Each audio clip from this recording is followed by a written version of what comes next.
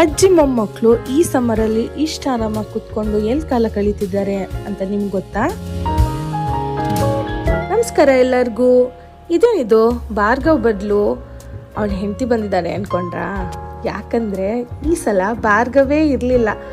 ನಾವೇ ಊರಿಂದ ಪ್ಲಾನ್ ಮಾಡಿಕೊಂಡು ಒಂದು ಪಿಕ್ನಿಕ್ಕಿಗೆ ಹೋಗೋಣ, ನಿಯರ್ ಬೈ ಯಾವುದಾದ್ರು ಒಂದು ಜಾಗಕ್ಕೆ ಹೋಗೋಣ ಅಂತ ಹೊರಟ್ವಿ. ನಮ್ಮೂರು ಚಿಕ್ಕನಾಯಕನಹಳ್ಳಿ. ಅಲ್ಲಿಂದ ನಾವು ಹೊರಟಿದ್ದು ತಿಪ್ಟೂರ್ ಹತ್ರ ಇರೋ ಒಂದು ಫಾರ್ಮ್ಗೆ. ಯಾವುದು ಎಲ್ಲಿ ಅಂತ ಹೇಳ್ತೀನಿ ಬನ್ನಿ.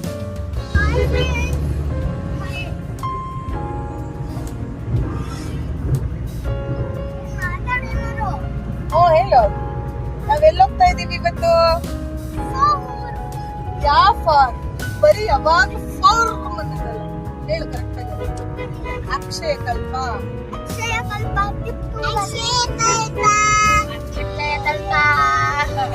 ಕರೆಕ್ಟ್.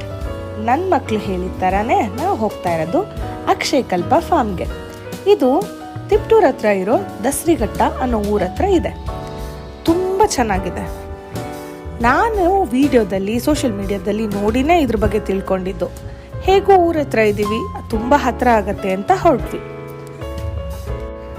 ಈ ಫಾರ್ಮಲ್ಲಂತೂ ಎಲ್ಲಿ ನೋಡಿದ್ರೂ ಹಣ್ಣಿನ ಮರಗಳೇ ಕಾಣಿಸ್ತಿತ್ತು. ನನ್ನ ಮಕ್ಕಳಂತೂ ತುಂಬ ಖುಷಿಯಾಗೋದ್ರು. ಈ ರೋಸ್ ವಾಟರ್ ಆ್ಯಪಲ್ ಮರ ನೋಡಿ ಫುಲ್ ಥ್ರಿಲ್ಲಿಂಗ್ ಅವ್ರಿಗೆ. ಏನು ಕಿತ್ಕೊಂಡಿದ್ದೆ ಅಮ್ಮ, ಅದು ತಿನ್ನೋಣ, ಇದು ತಿನ್ನೋಣ, ಈ ಹಣ್ಣು ಚೆನ್ನಾಗಿದೆಯಾ ಅಂತೆಲ್ಲ ಕೇಳಿಕೊಂಡು ಫುಲ್ ಮಜಾ ಮಾಡೋಕ್ಕೆ ಶುರು ಮಾಡಿದ್ರು. ಆಮೇಲೆ ಫಸ್ಟ್ ನಮ್ಮದು ಆ್ಯಕ್ಟಿವಿಟಿ ಇದ್ದಿದ್ದು ಬುಲಕ್ ಕಾರ್ಟ್ ರೈಡ್.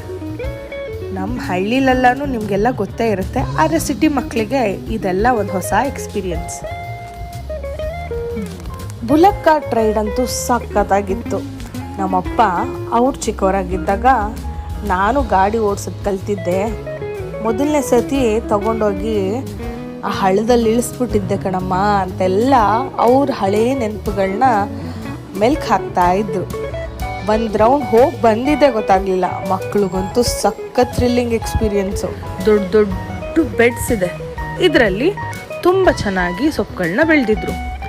ಆಮೇಲೆ ತುಂಬ ಬಿಸಿಲಿತ್ತು ಅಂತ ನಮಗೆಲ್ಲ ಕಾಂಪ್ಲಿಮೆಂಟ್ರಿ ಎಳ್ನೀರು ಕೂಡ ಕೊಟ್ಟರು. ವಾಹ್, ಏನು ಟೇಸ್ಟ್ ಗುರು. ಅದಾದಮೇಲೆ ನಾವು ಬಂದಿದ್ದು ಪೆಟ್ಟಿಂಗ್.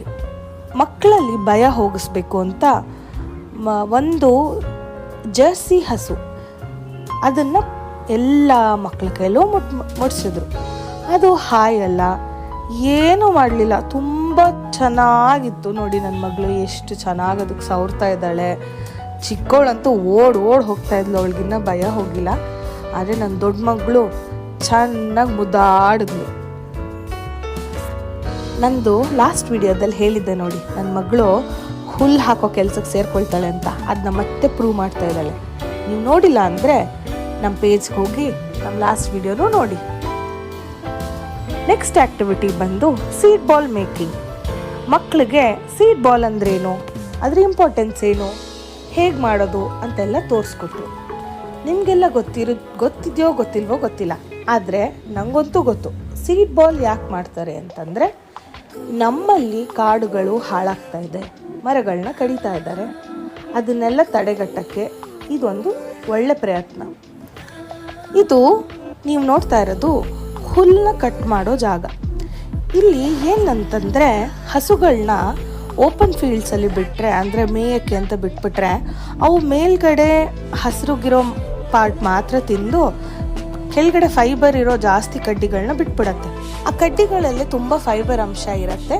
ಅದು ಹಸುಗೆ ತುಂಬ ಇಂಪಾರ್ಟೆಂಟ್ ಅಂತ ಈಗೇನು ಮಾಡ್ತಿದ್ದಾರೆ ಅಂದರೆ, ಈ ಮೆಷಿನಲ್ಲಿ ಆ ಕಡ್ಡಿಗಳನ್ನೆಲ್ಲ ಹಾಕಿ ಎರಡು ಸಮ ಪ್ರಮಾಣವಾಗಿ ಹೋಗಬೇಕು ಹಸುಗಳಿಗೆ ಅಂತ ಅದಕ್ಕೆ ಮೇವು ತಯಾರು ಮಾಡ್ತಾ ಇದ್ದಾರೆ.